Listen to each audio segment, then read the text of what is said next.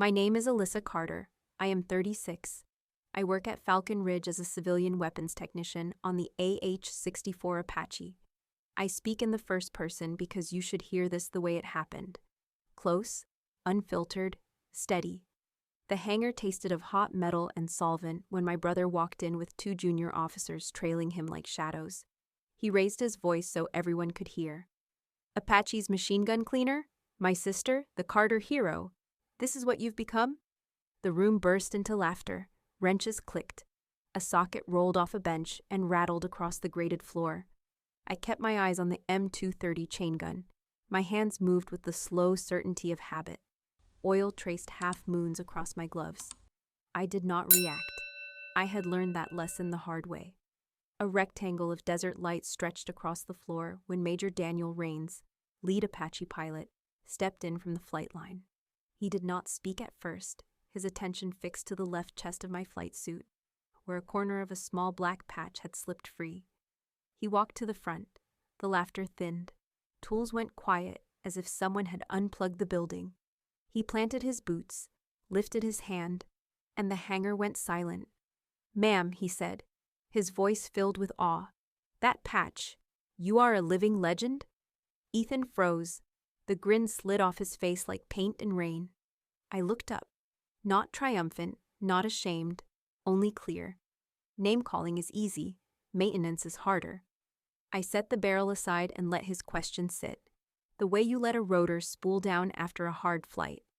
People stared as if the patch could speak for me. It could, it had, and it would again. Because patches are not decoration where I come from. They are shorthand for debts paid in full. A year earlier at my father's memorial service, my phone buzzed under the program booklet. A single text from my husband lit the screen. "Don't react. Your sister is recording you." I kept smiling. I looked slowly along the pews. I breathed in the smell of lilies and wood polish. Then I texted back one code word we had agreed on long ago. Raven. 10 seconds later, his entire SEAL team, disguised as guests in dark suits and modest dresses, stood up together. What happened next made her regret every staged whisper, every trap, every performance she tried to force on my grief. Grief taught me something that day. Do not perform, do not flinch. Act when it counts. I filed that truth beside others carved by sand and fire. That discipline held now. Rains's salute hung in the air like a raised gate, an invitation to step through. I did not yet. I wiped my hands, folded the cloth, checked the feed system one last time, and let the room decide who I was while I decided what came next. The desert wind pressed at the doors. The Apache outside clicked as its metal cooled, and the taste of solvent lingered like a memory I could choose to keep or rinse away. I stood. I breathed. I let the silence work. The first voice to break was not Ethan's. It was a young airman near the tool crib, whispering to no one in particular. Rains lowered his hand. I kept my seat on the rolling stool. I set the firing pin on a lint-free cloth. "Legends are just soldiers who survived the impossible," I said, my tone flat as a rangefinder. Soldiers survive by paying attention to the small things. The small things were all around us. A worn torque wrench, a missing cotter pin, a safety tag half tucked under an aluminum tray. Ethan cleared his throat as if he could swallow the last 2 minutes. He could not. The room understood the change, even if no one wanted to admit it. The patch had done its work. It flipped the polarity of the space. Ridicule turned to attention, noise to listening. I kept my movements economical, one part to solvent, another to air, reassembly in the order muscle memory prefers. The steel felt warm. The chain links clinked. Oil scented the air. My mind walked back to Hellman because Ethan's jab had aimed there. At the shot people said should not have happened. A dust wall ran at us like a living thing that day. Range 2.7 miles. A pickup with a mounted gun. Friendly calls were pinned in a dry riverbed. The transmission crackled. Fear and discipline lived in the same voice. I remember the wind, the grit, the calculation done twice, because the numbers felt like a dare. I squeezed, counted, waited, and the radio answered with one word that broke and steadied at once. Hit. No cheering, just breathing, then moving to the next task. That is how survival works. That is how reputations get made, whether you want them or not. In the hangar, Ethan studied me, eyes tight, jaw set, a man realizing the ground had shifted while he decorated the air with jokes. He tried to grin. It read as pain. The two lieutenants beside him straightened. The culture of the room turned and faced forward. Rains stepped closer. His voice dropped for my ears only. We should speak after this. Off the floor. We will, I said, and set the pin back into place with a click that sounded louder than it should. The young airman asked what everyone was thinking. Is the impossible shot real? Like, real? Real enough to give me gray hair before I earned it, I said, and let a thin smile show for the fact that 40 people went home. Outside, 2 Apaches taxied. Rotor wash shook the doors. Heat shimmered over concrete. A supervisor shouted a checklist. Conversations restarted. Work reasserted itself after the hush. I lifted the barrel, accepted a fresh cloth from a kid who would not meet my eyes, and felt the room adapt to a new gravity it could not name. Silence is a tool. Respect a byproduct. Focus the habit you keep when people watch for you to slip. I did not plan to slip. I planned to finish the job, then meet Rains, then decide how far to open the door I had just unlocked. The next move mattered. I would choose it, with care today, deliberately. Ethan pushed through the door first. His shoulder clipped the frame. Metal rang. His stride snapped short when he realized everyone had stepped aside without being told. I watched him go. I did not chase. I did not soothe. I let him keep his pace because that was the only control he could find. The remaining officers pretended to check inventories. A ratchet turned without pressure. A clipboard hovered over a blank page. Major Rains stayed where he was, then closed the distance by 2 quiet steps. We should talk, he said, not a command, an offer. After shift, I answered, away from ears, near the flight line. He nodded once, then softened his tone. Is the exposure what you wanted? It is what I allowed, I said. A signal, not a speech. The patch had not slipped by accident. The corner had been tucked and untucked with a purpose when I bent to free the feeder assembly. Thunderbolt taught me to hide truth in routine, to make the unusual look like habit, to let the world tell itself the story I needed told. Rains knew that school. He wore it in how he watched doorways, in how he kept one shoulder clear for motion. He did not ask more, not yet. He glanced toward the far wall where a faded photo of an Apache crew hung beside a safety poster. You still fly in your head, he said. Every hour, I answered. The ache had a name I did not speak. It belonged to people who taught me to measure wind with a wrist, to count by breath, to decide by principle when panic asked for speed. A gust hit the hangar doors. A sliver of sun cut across the floor and into the open receiver. I slid the cover plate home, seated the pins, and handed the logbook to the supervisor with a signature that said, finished for now. Rains waited while I cleaned the bench. He respected the ritual. You do not hurry a person who's putting tools back in order. In the corridor, the noise of the hangar fell behind us like surf. The hallway smelled of dust and coffee. A bulletin board listed duty rosters. A photograph showed last month's fun run. Life insisted on itself even when secrets moved through it like currents.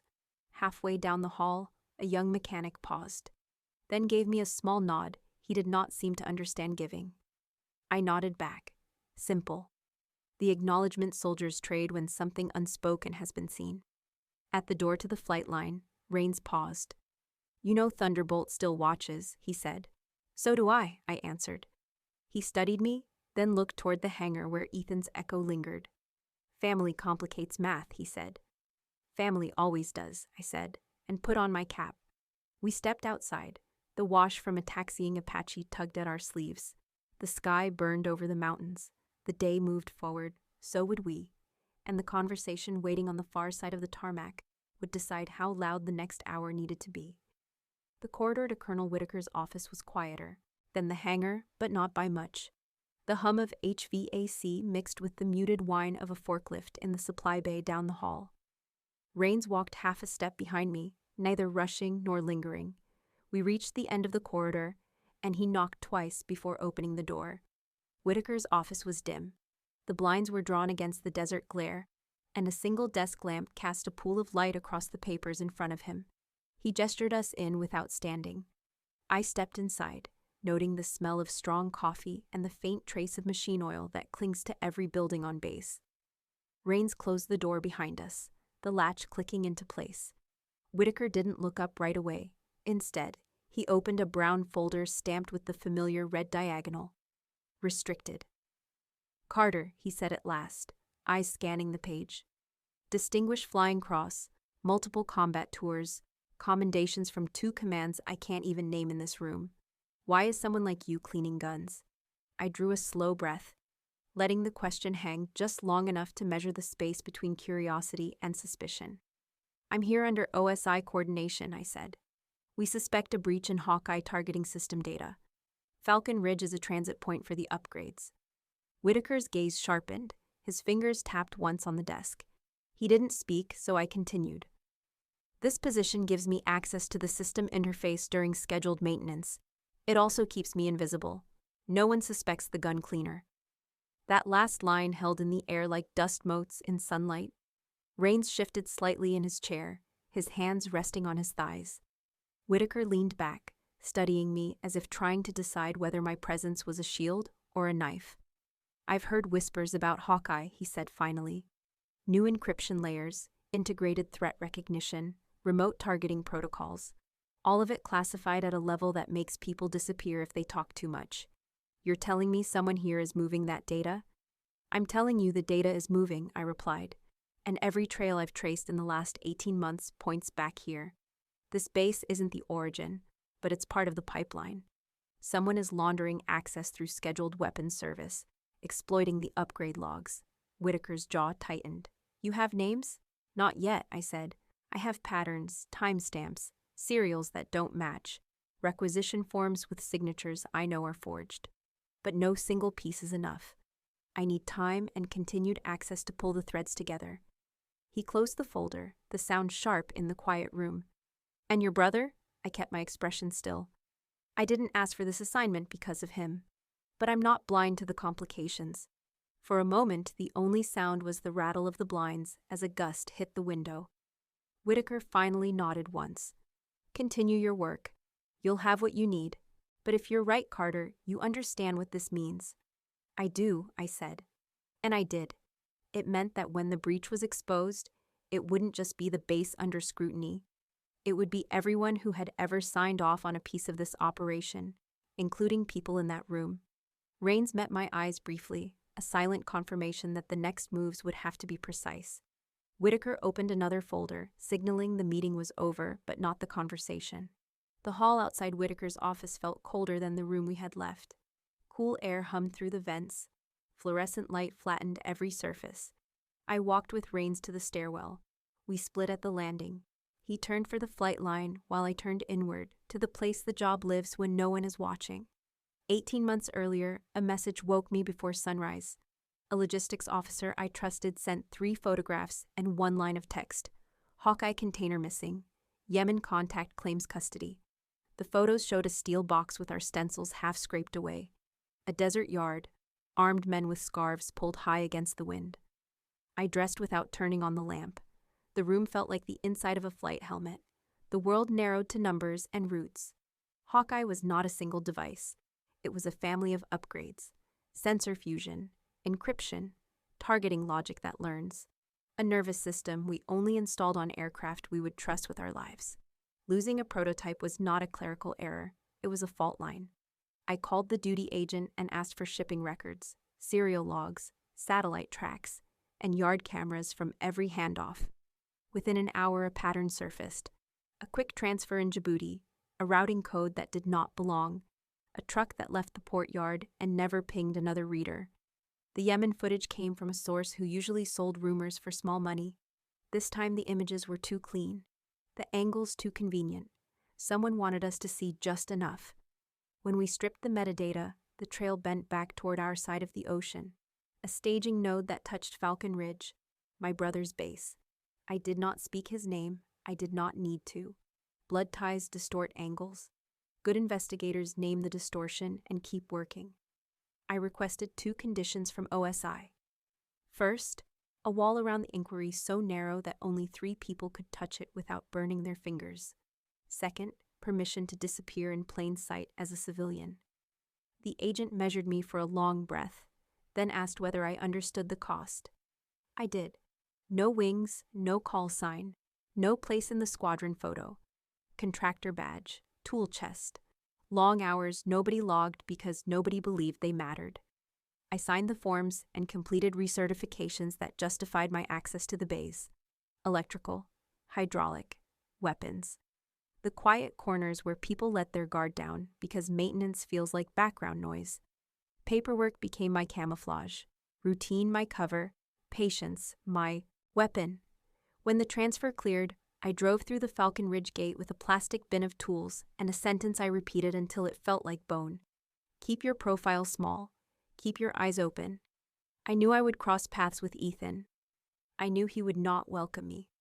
What I did not know yet was how the missing container had walked, who had signed the papers that let it grow legs, which of our safeguards had been turned into stepping stones. I began where any good mechanic begins, with the small things.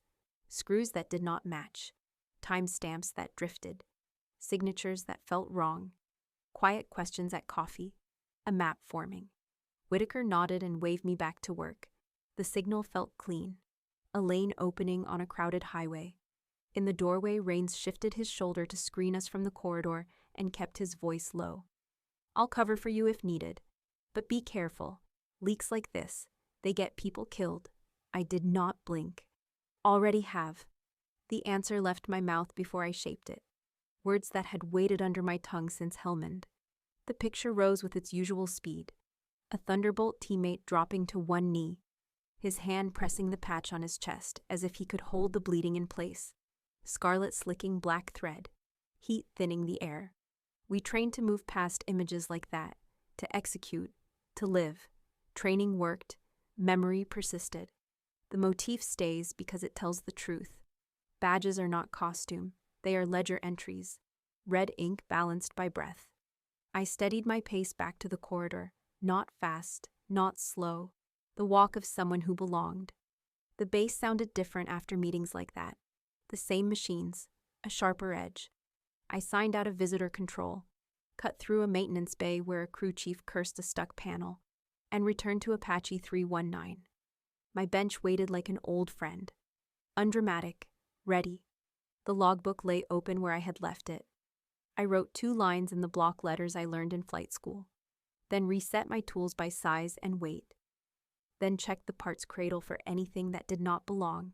Rains joined me 5 minutes later. No hurry, no theater. We stood with our backs to the airframe, 2 people looking at a machine. Your access runs as long as I can keep the noise down, he said. If someone starts asking the wrong questions, I will get you clear.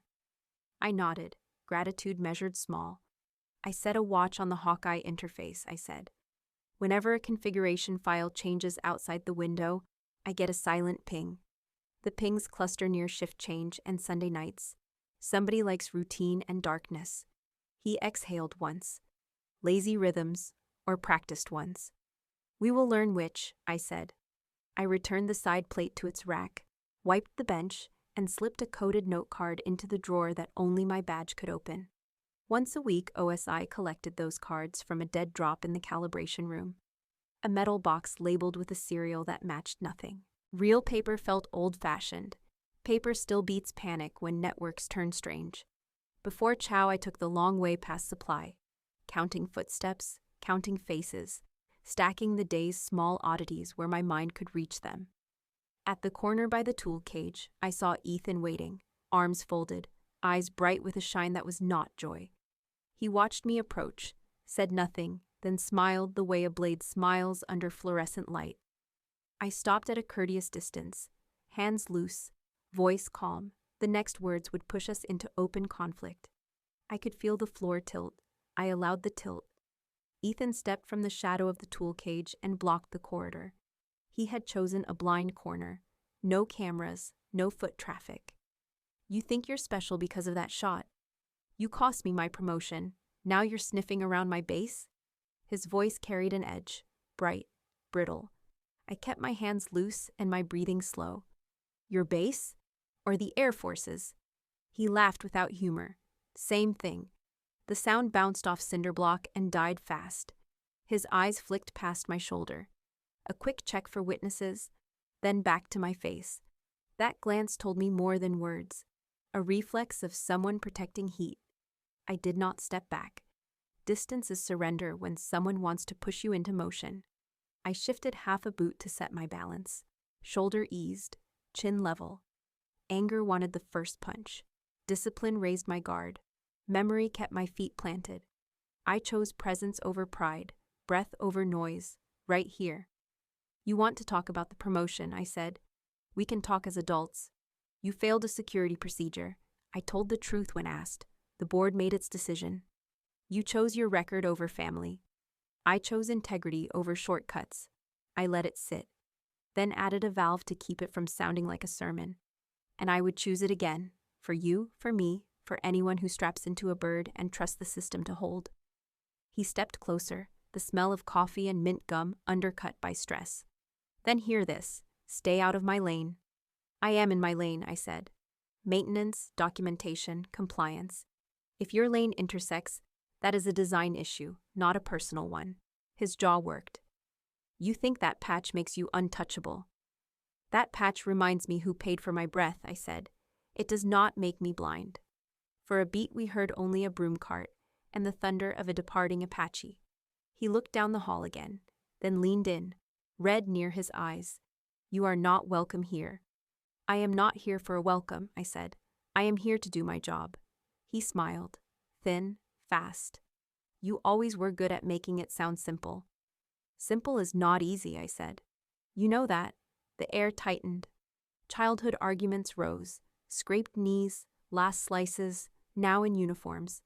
If you have something to declare, do it on paper, I said.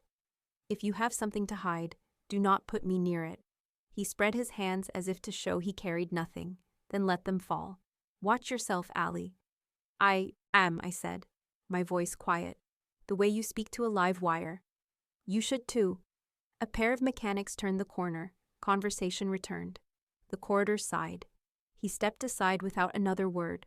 I walked past. Steady pace, eyes forward. Every nerve recording. By the time I reached the bay, my hands were already back at work. But the map in my head had a new red mark where my brother had just stood. A warning, a promise, a place to watch until it moved or burned. Year of the audit, Ethan served as the officer in charge of weapons transport. Pallets, seals, custody forms, and drivers who aged 10 years in a month. A pallet went missing between the railhead and the airfield, not a rifle or two. An entire crate that should have been photographed at each handoff. The investigation started quiet and turned loud. I was called in as a witness because I had signed the inbound inspection 3 days earlier. Under oath, I said what the checklist demanded.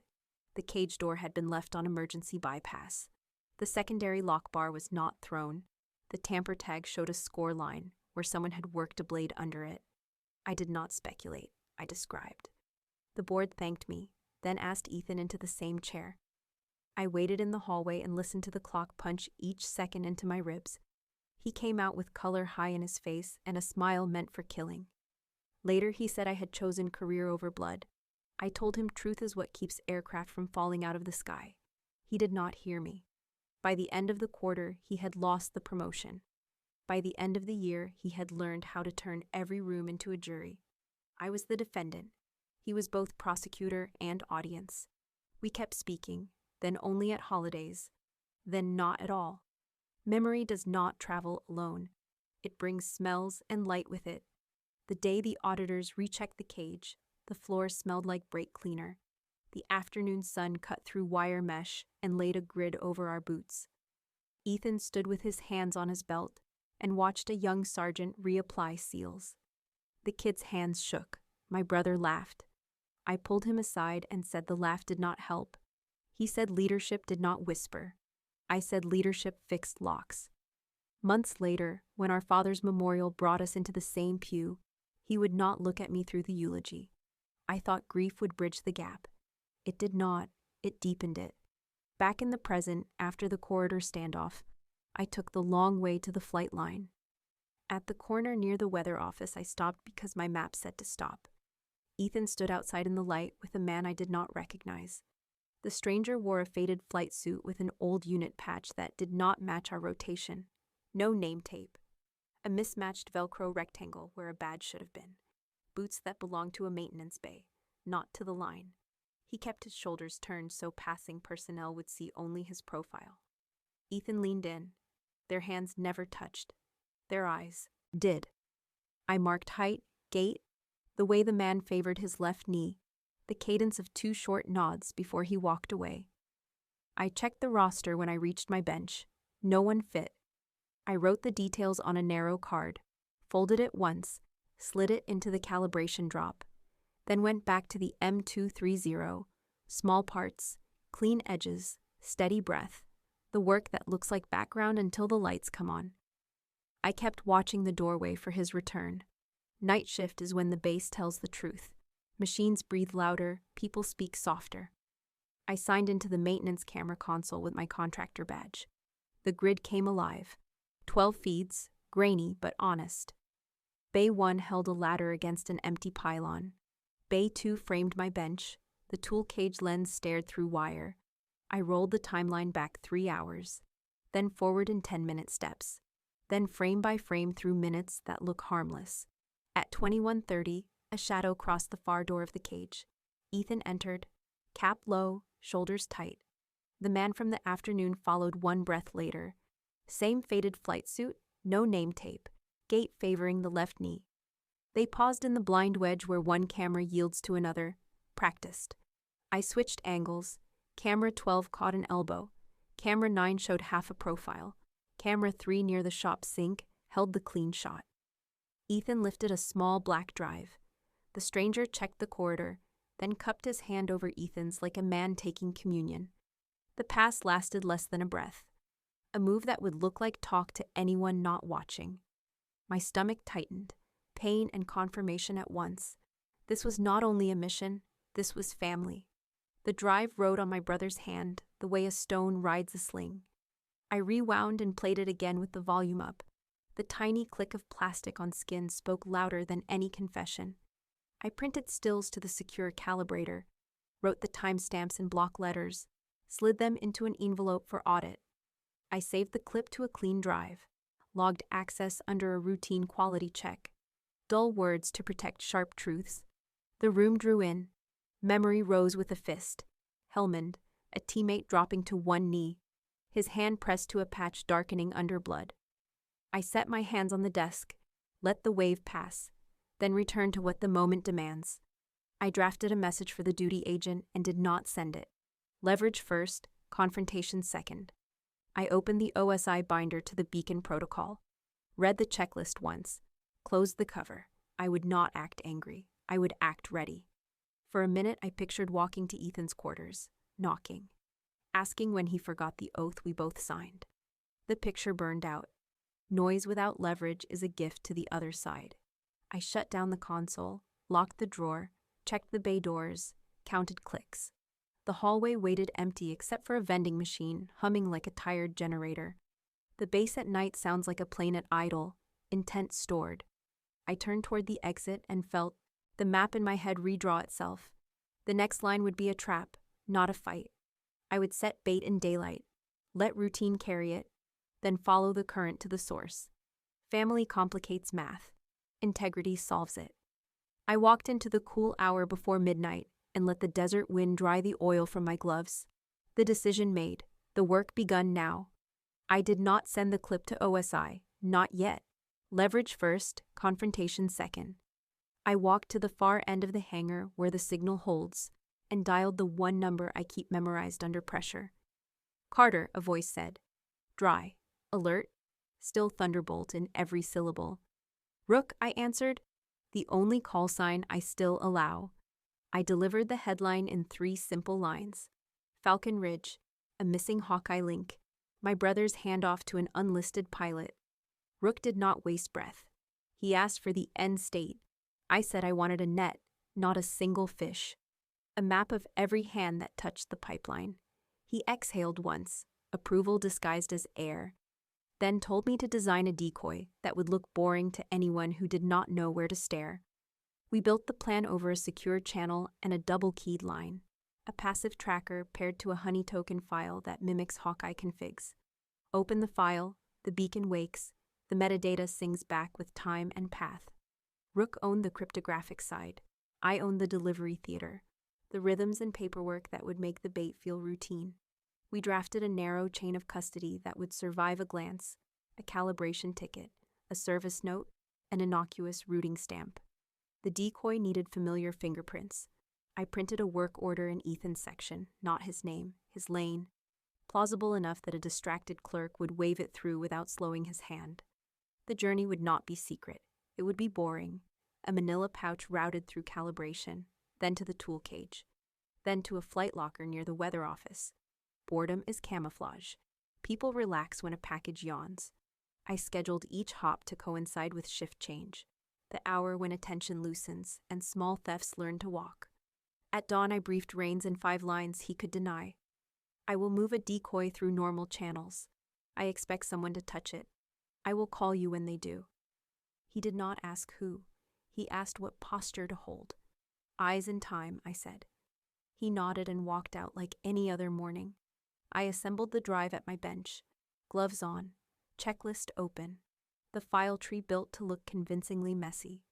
Half the folders were empty, the rest held notes with timestamps that matched our real service windows. The beacon slept under a text file with a dull name, schematic notes. When opened, it would ping a relay and light a corridor on Rook's screen. I sealed the pouch, stamped the routing code, set it in the outgoing bin, logged it as routine.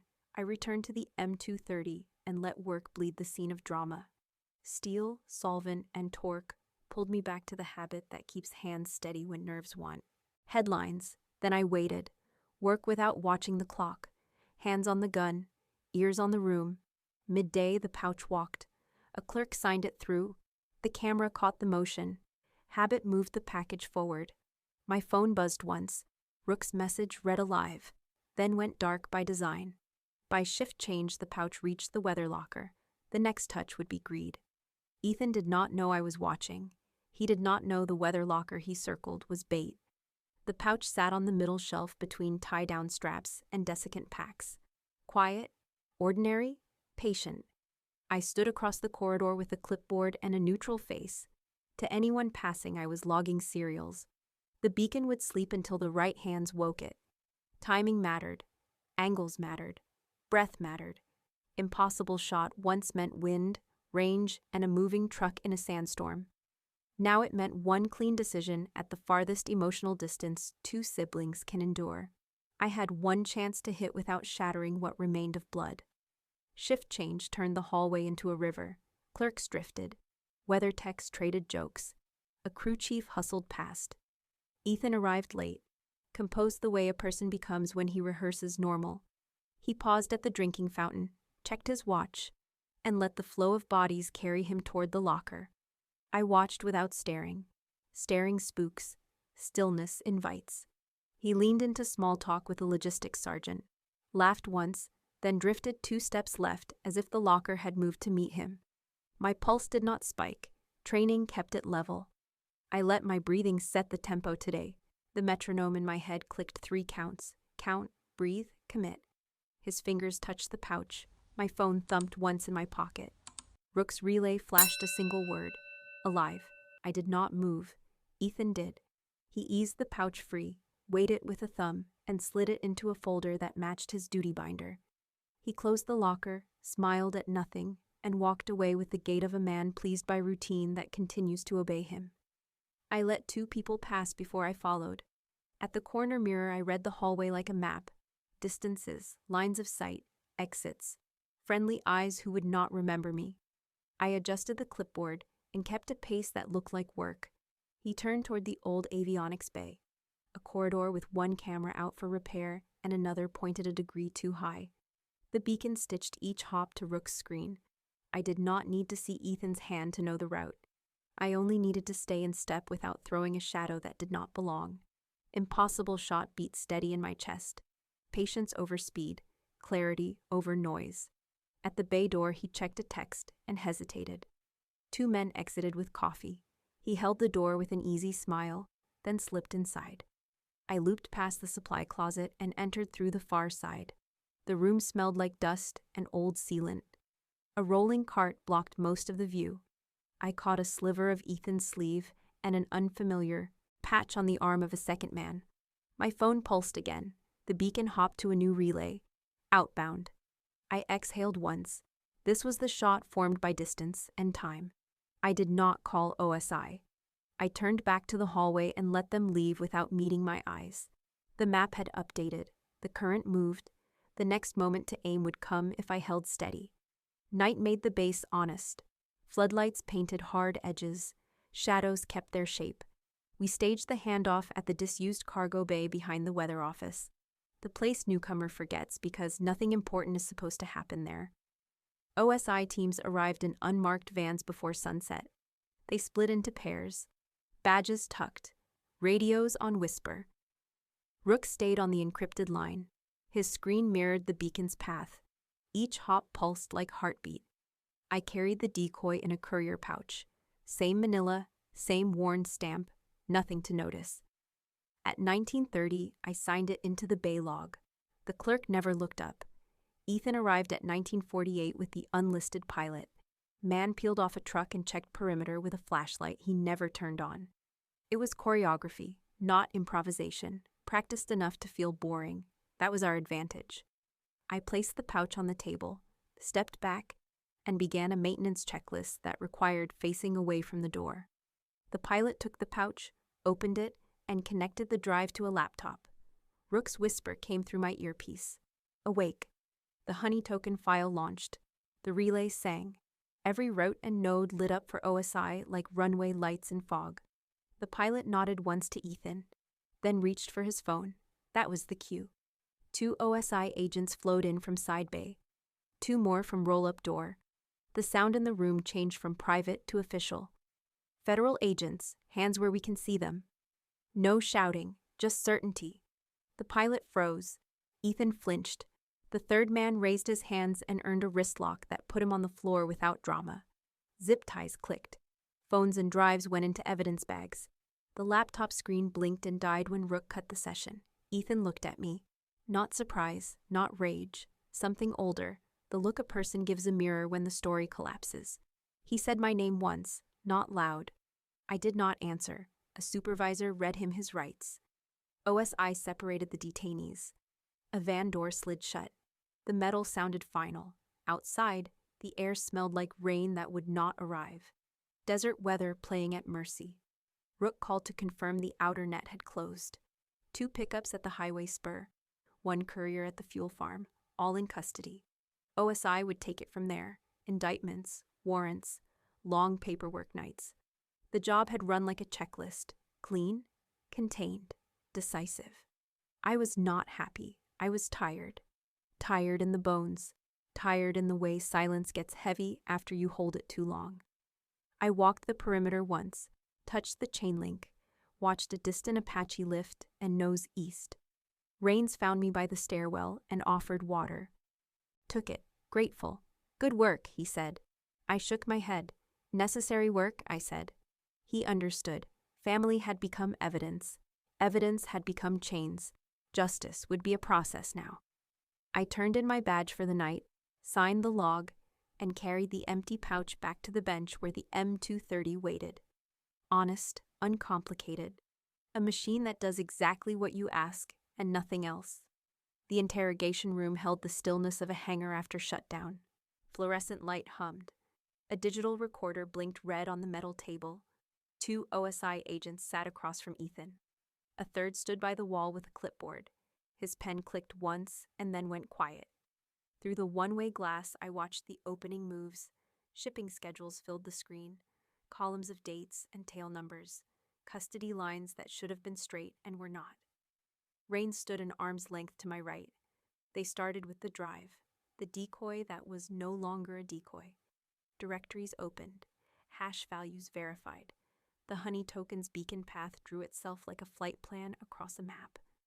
Yemen Yard, Djibouti transfer, Falcon Ridge routing node. The arrow returned to our door with the stubborn certainty of a compass. Contracts followed. Shell companies layered like paint. Obsidian Vector in the center.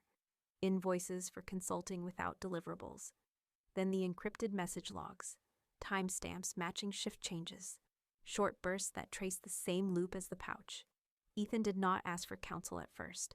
He watched his own reflection more than the agent's. The glass gave him a ghost to argue with. When he finally lifted his eyes, he looked straight at me. There is no rule against facing a mirror the way you face a person. I kept my posture square. I did not turn away.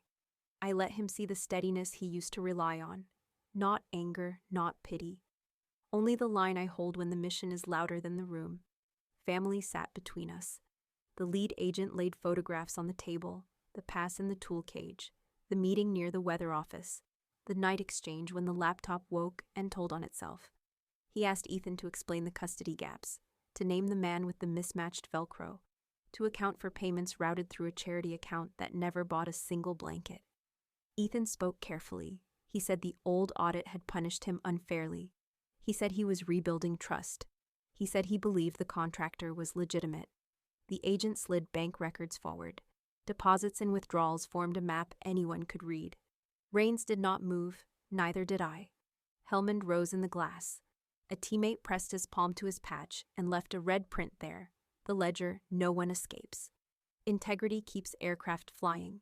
Integrity also keeps families from lying to themselves. I repeated it as cadence so judgment would not outrun duty. The case agent asked one more question. Whether Ethan understood the rights he had been read. Whether he would continue without counsel. He nodded once, then shook his head, then asked for an attorney. The agents paused the recorder. Paperwork slid across the table. The air conditioner kicked on with a soft shudder. Ethan looked once more at the glass. I let every year we shared rest in my eyes. Bikes and summers. Arguments and winters. The day at our father's memorial when I stayed composed and chose the code word. This was not vengeance. It was gravity. Evidence has mass.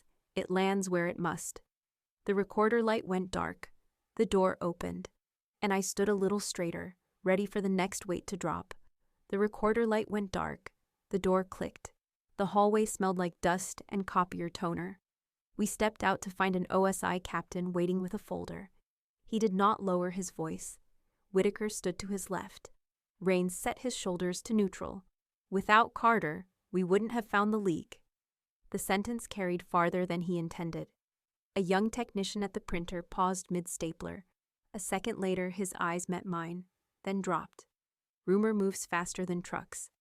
By Chow, the story had shape. By evening, it had judgments attached. At one table, I heard, "She turned in her own brother."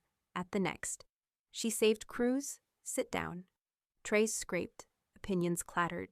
No one looked at me directly. Everyone adjusted their volume 2 notches down when I passed. I carried my coffee. I sat at the end and read the maintenance log, like it was a novel worth finishing. Back in the bay, a folded note waited on my bench. 3 words in block letters, for the cruise. I slid the note under the mat, then signed out a new torque wrench. Someone had penciled a single word on the whiteboard by the tool cage, rat. I erased it without ceremony, wrote safety check due at 1600, and returned to work. The M230 does not care about gossip. It cares about tolerances, feet alignment, spring tension, details that keep pilots alive whether they like you or not.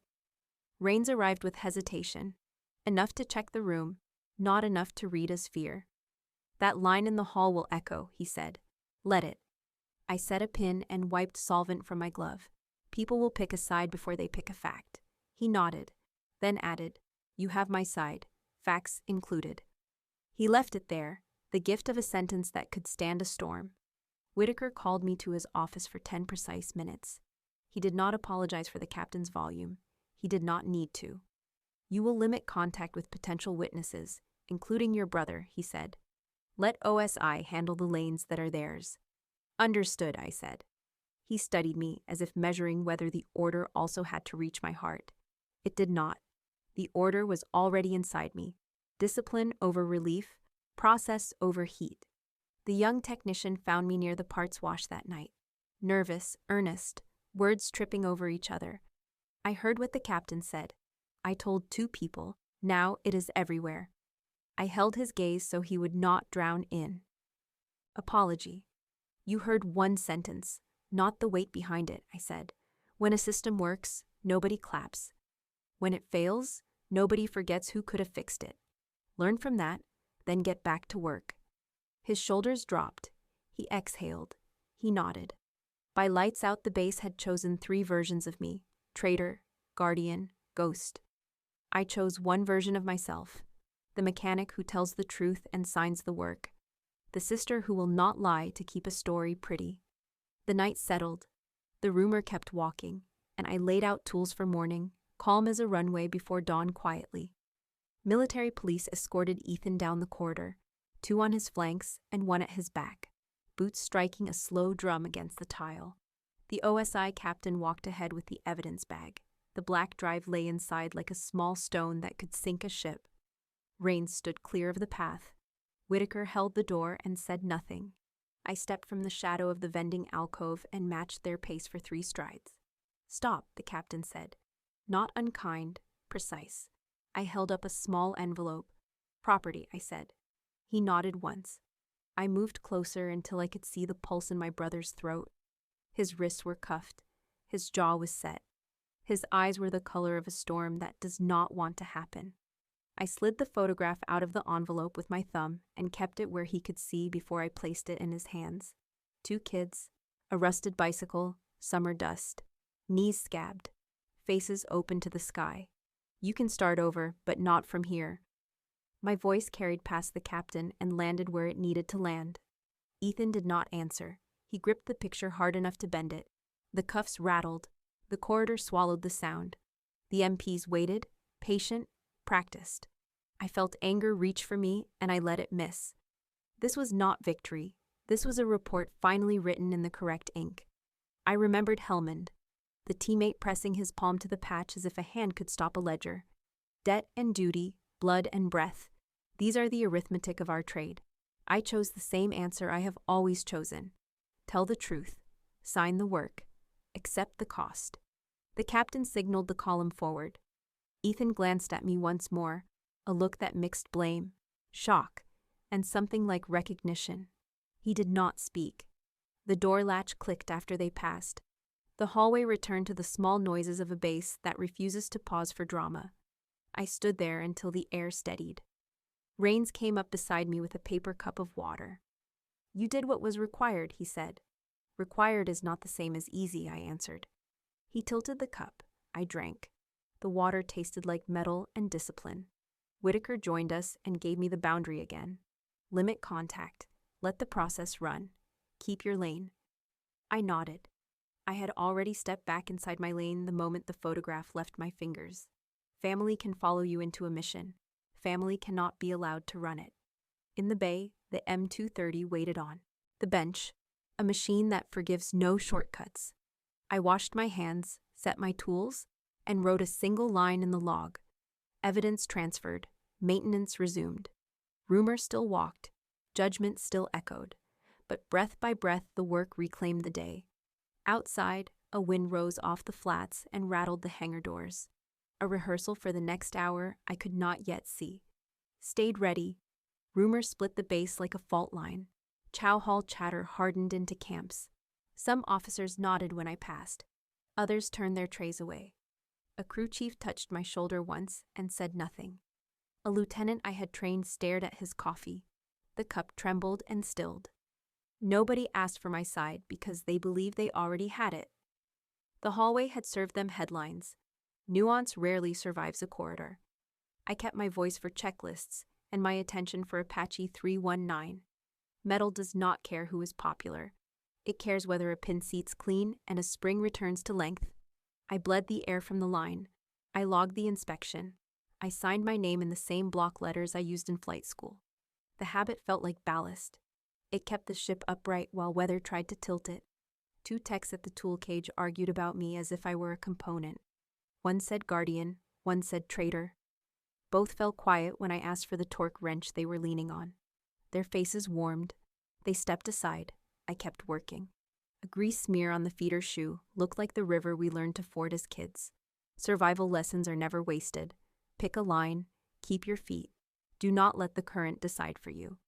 My phone stayed face down. If OSI needed me, they would knock. I would answer, then I would return to the bench. I ate outside under the shadow of the rotor disc and listened to two crew chiefs disagree about baseball. Their ordinary argument steadied the day. Inside, a trainee misread a seal spec. I corrected him gently. He whispered thanks. An hour later, he brought me a fresh solvent bottle like penance. By late afternoon, the whiteboard had grown a new word: hero. Someone else added a question mark. Another erased both and wrote safety check due at 1600. That was the only line that mattered. When Rains walked through, he gave me the neutral nod that means I see you and the work is what counts. I returned it and kept my shoulders level. Integrity is not a speech. It is repetition under pressure. Wrench, wipe, record, repeat. At shift change, I ran my palm along the gun, as if reading heat with my skin. Everything felt cool. The machine was ready. I shut the panel, stowed the tools, and let the hangar's noise wash past without sticking. A young airman from supply hovered, then asked whether it was true that I had turned in my own brother. I met his eyes so he would not drown in gossip. I turned in a breach, I said. Families survive truth better than crashes. He blinked, then nodded, then carried a box down the hall. Night crew filtered. In, day crew filtered out. The door rattled in the evening wind, and I kept the line I had chosen at breakfast, the same line I would choose at midnight. Do the work, sign the work, let the noise exhaust itself. When rumor tires, steel still asks for proof. I give it quietly, always. Whitaker called me just before noon. The blinds were half open. Sunlight cut his desk into stripes. Rains stood by the bookcase with his hands behind his back, posture routine, eyes on stakes. Whitaker did not sit. Obsidian Vector has been dismantled, but you've made enemies, Carter. He let it settle. I let my breath do the same. Not the first time, I said.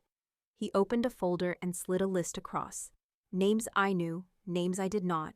Units, contractors. 2 lobbyists who had never stepped onto a flight line. He tapped one column. Some will blame you for ending their money. Some will romanticize your brother. Some will test you where cameras do not reach. I read the list, asked for guardrails, promised discipline. I will limit contact with witnesses, keep documentation immaculate, route any approach through OSI.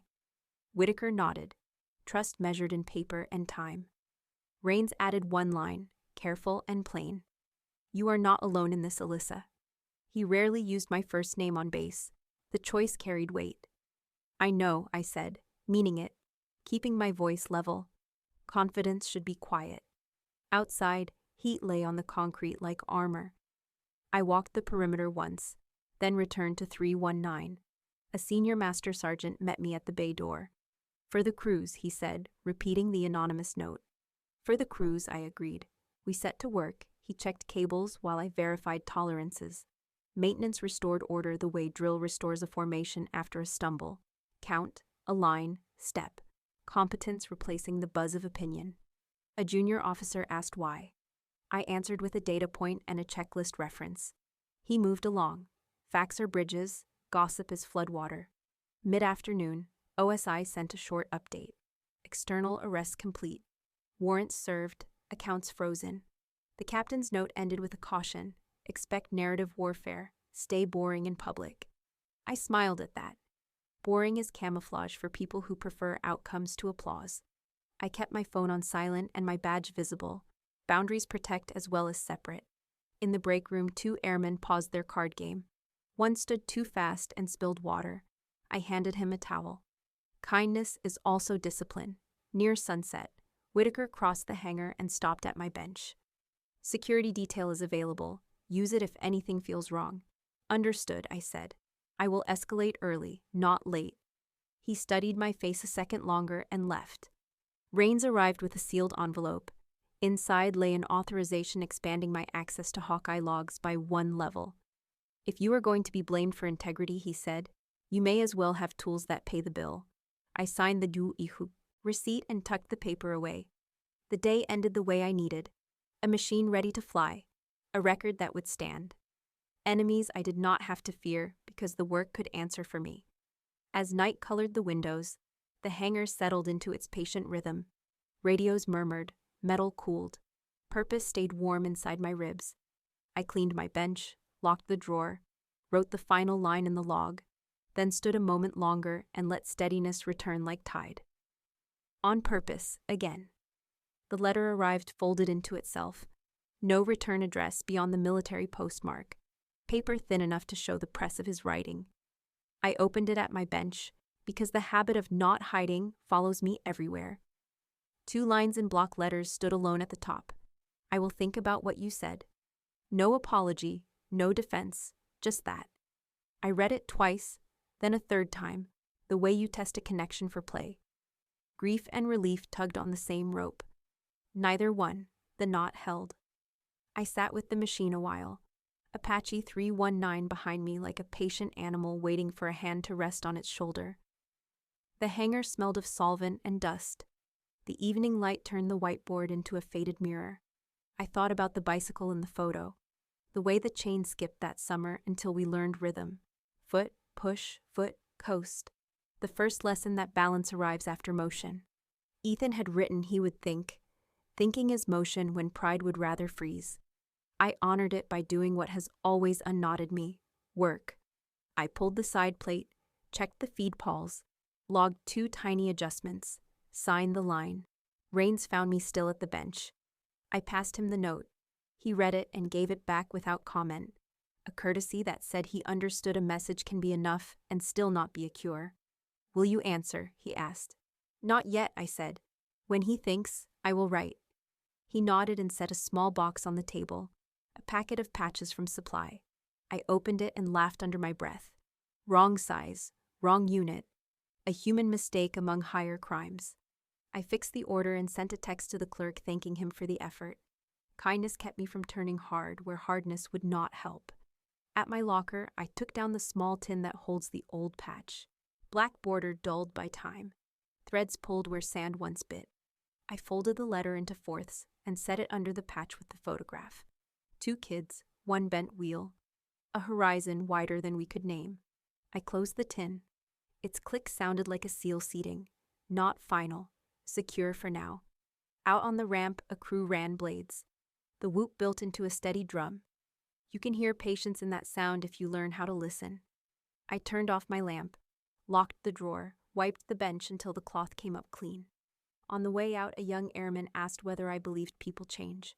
I said yes, and that change usually arrives as maintenance, not fireworks, tiny fixes, repeated, logged, signed, until a machine returns to safe. She smiled with her whole face and said she would write that down. I told her to live it instead. The hangar door sighed open. The desert gave me its dry kiss, and the sky held the first stars over the mountains. I carried the tin home, set it in a drawer beside my keys, and let the quiet tell me the truth. Healing is work, revenge is restraint, justice is process. And tonight my job was simple: rest and be ready to choose the right thing again. I slept with discipline and purpose intact. Late afternoon pressed warm light against the hangar windows. Dust drifted in the sun. I was finishing the inspection on Apache 319 when Major Rains stepped in from the ramp with a small package in his hand. He moved without ceremony, boots quiet, eyes steady. I set the logbook aside and removed my gloves. The solvent sting on my skin sharpened the moment. He paused at the bench and placed the package on the clean cloth I keep for finished parts. They want you to have it, again. His voice carried the flat weight of official decisions softened by respect. I peeled the tape with my thumbnail and folded the brown paper back. Inside lay a cloth square in a clear sleeve. Black field, silver border, the icon small and unmistakable. An updated version of the informal patch the community adopted after Helmand. A quiet mark for the shot that should not have existed and yet did. I did not lift it right away. Gifts of this kind are not trinkets. They are markers. Rains leaned his hip against the bench. He did not rush the silence. Outside, a tug idled and the runway shimmered in heat. The ordinary sounds of the base kept the moment anchored. The extraordinary sat between us on cloth. What do they expect me to do with it? I asked. The question was real, not coy. Recognition can harden into theater if you are not careful. Whatever you decide, he said. Wear it, store it, burn it if that is the ritual you need. The point is that the people who understand think you paid again. I breathed once and let my shoulders ease. The second patch did not erase the first. It did not rewrite the last weeks. It did not change the arithmetic of family and duty. It simply placed a marker beside them, a small silver flag to say the work mattered and the risk was seen. Thank you, I said. He nodded as if I had accepted more than thread. He glanced at the Apache behind me, at the panels seated flush and the feeder aligned true. You staying on the bench for a while, he asked. For now, I said. This is where I do the least harm and the most good. He grinned at that. Quick, human. You do not give yourself enough credit. I give the machine the credit, I said. It tells the truth if we listen. He pushed away from the bench and left me with the light, the patch, and the steady tick of cooling metal. I cleaned the table as if preparing a field for a ceremony no one else needed to attend. Then I opened. The sleeve, the fabric felt new and familiar at once, as if memory and present day had shaken hands and agreed to be civil. I set the patch on my palm and weighed what it meant, not in grams, in cost. The room breathed with me, afternoon sliding toward evening, a hinge hour where choices find their place. I reached for the tin that holds my old one, and felt gratitude open without drama, measured, true. In the small locker office, I keep a metal tin no bigger than a ration can. The lid sticks unless you ease it. I set it on the bench and laid a clean cloth, then placed the new patch beside the old patch and the Thunderbolt photo. Late sun slid through the high window and colored everything gold. Scratches on the tin looked like faint rivers. The old patch was black with a tired border. Threads lifted where sand once bit. A corner stained the way years refused to forget. The new patch wore a thin silver outline, the same icon, sharper lines, a quiet reply from now to then. The photo held 8 of us, goggles raised, dust and smiles, names scrawled on the back. I stood and let the 3 items speak: memory, present duty, and the crew that taught me the cost of both. Rains had left me alone. Rituals prefer silence. I traced the edge of the old patch with my thumb. The fabric felt stubborn, worthy. I remembered sewing it on the first time, not triumph, covenant. I slid the new patch closer until silver kissed black. Not hiding, not replacing, companion. The photo stayed between them. Desert light captured in a square that still warmed my hands. I said the words out loud because saying matters. For the crews, for the truth. For those who trust a checklist written by strangers who wanted them alive. I turned the old patch over, peeled away a scrap of backing from a field repair, watched one stray thread settle and lie still. Evening thickened. The gold softened. The room took on the quiet of a chapel before a prayer. I slid the photo into the tin first. Faces under metal. Laughter sealed without being silenced. I laid the old patch on top. The weight small, the meaning not. I did not close the lid yet. I let the new patch rest on the cloth, its silver edge catching light that dwindled but would not quit. Ethan's letter sat in my pocket. 2 careful lines that promised thought instead of noise. Thinking is maintenance, slow, logged, repeated. I pictured the kid who asked whether people change and decided to keep answering yes with my hands, not speeches. The M230 behind me offered its lesson again. The truth of torque and tolerance, the mercy of work done right. Gifts are not absolution, they are assignments, reminders to stay precise when attention wanders. I pressed my palm to the tin. Cool metal steadied the heat under my ribs. The lid clicked, not final, secure. I unwrapped the new patch and let it sit in the last stripe of sun. A small flag for duty accepted. A blade spooled up outside. The hangar air shivered. The sound braided with the memory of 8 voices calling checks in the photo. I matched its rhythm with my breathing, allowed gratitude the size of a steady pulse. Nothing theatrical, completely real. Wind lifted dust beyond the window and set it down again.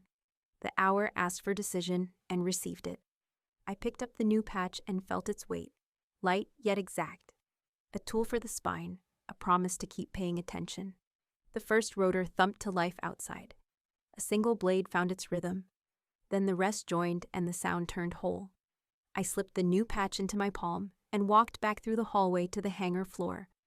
Night crews rolled tool chests toward 319. The ordinary kept doing its job. I stopped at my locker, opened the door, and took down my flight suit. The fabric carried the clean scent of detergent and a memory of dust you never fully wash away. I set the suit on the bench, smoothed the left chest, and took one measured breath. I did not feel triumph. I felt alignment, a sight settling when wind drops. I pinned the patch where the old one had lived, needle through, needle back. A tidy seam that would hold under heat and motion. I checked the corners, pressed each stitch, listened to blades deepen on the ramp. A crew chief walked by, nodded once, and kept moving.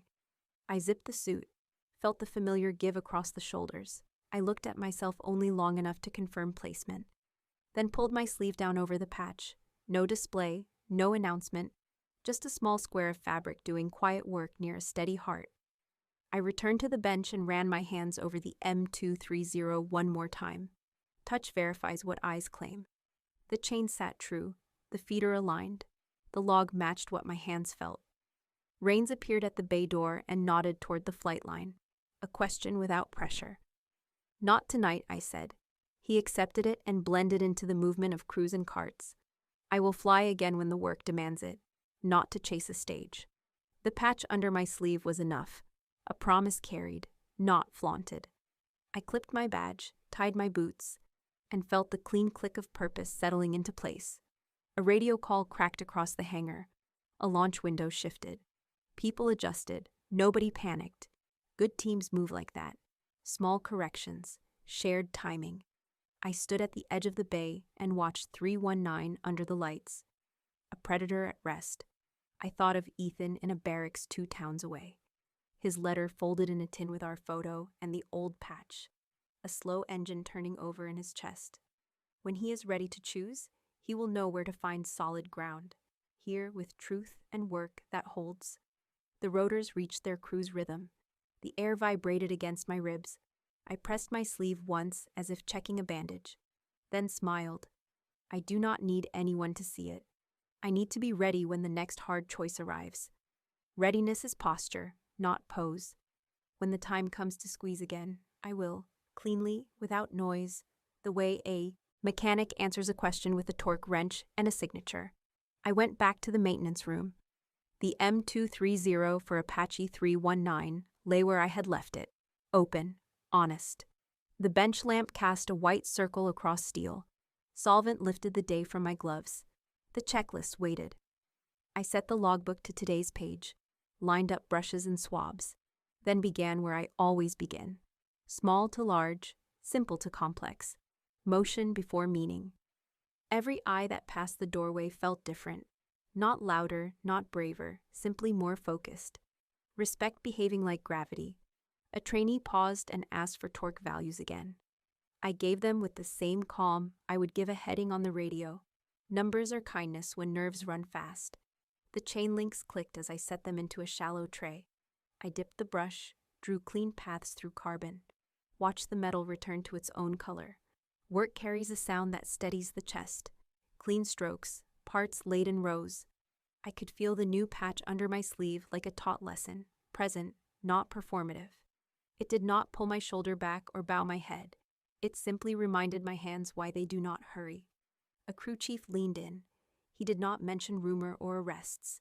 He only said the next sortie moved to first light and asked whether 319 would be ready. Yes, on time, within spec.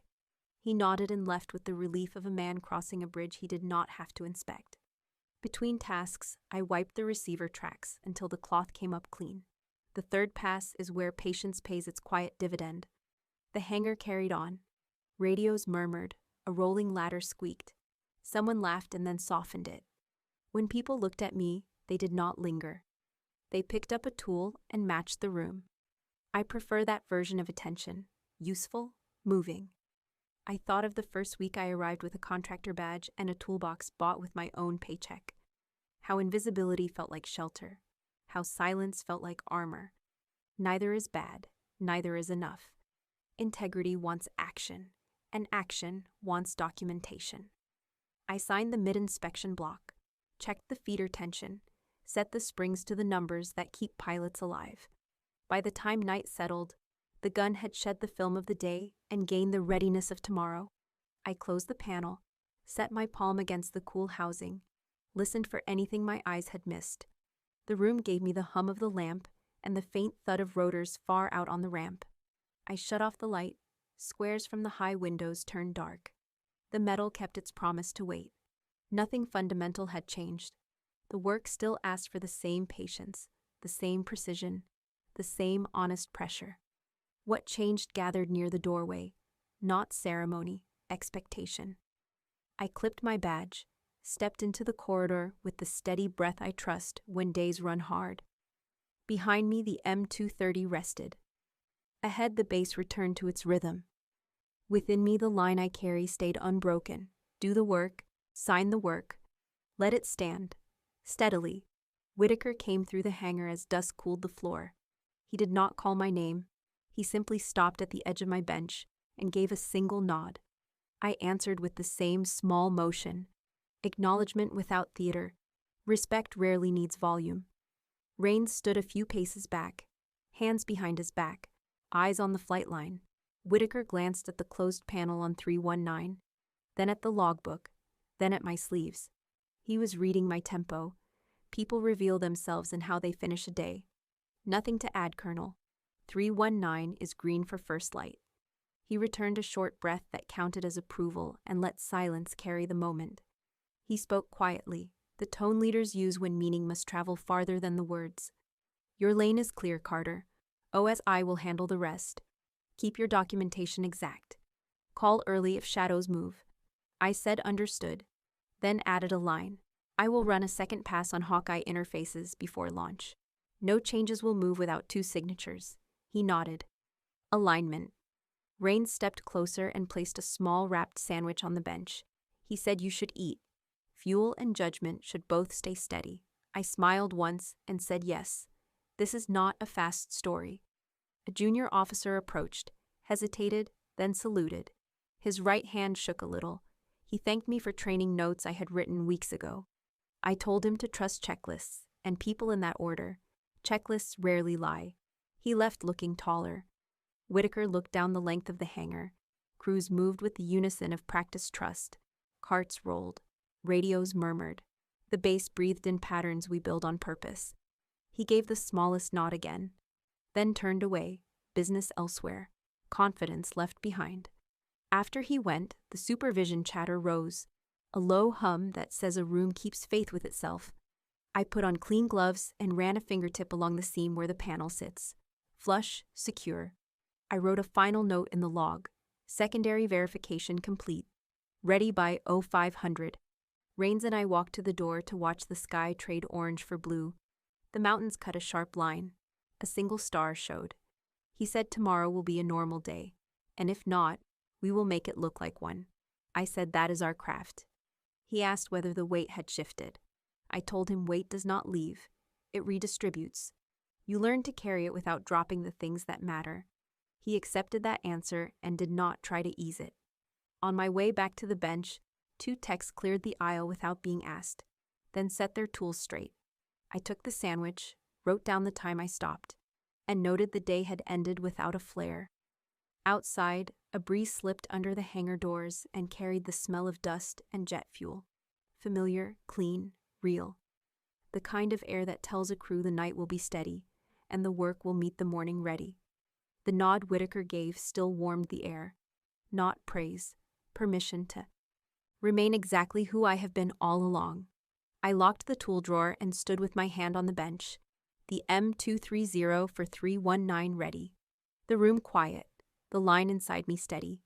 I thought about Ethan, about the people we lost, about the new patch resting under my sleeve. I am not only the gun cleaner, I am the person who knows when to keep silence and when to speak, when to hold and when to act, when to sign a line and when to refuse one. That is the craft I am keeping. Justice moved from rumor to record by patience and process. not by spectacle. My brother sent a letter instead of a speech. He chose to think. A door cracked open, not absolution, not exile. I set that truth beside the Thunderbolt photo and let both rest without argument. Outside, rotors whispered across the ramp. Crews checked straps. A dog barked once. The desert returned to stillness. I shrugged into my jacket and felt the patch press lightly against my chest. Not a crown, a compass. The night kept faith with the day. The work continues. Before we say goodbye, we would love to know where you are watching from. Is it a quiet morning with a warm cup of coffee, or a late night where stories like this keep you company? Tell us in the comments. We read every note with gratitude. If this story touched your heart, please consider subscribing to the channel, not only to hear more stories like this, but to be part of a community that believes in kindness, healing, and second chances. Thank you for spending time with us today. Wherever you are, carry this story with you. Remember this simple truth. Sometimes the miracle does not knock on the door. It waits quietly until you choose to open your heart.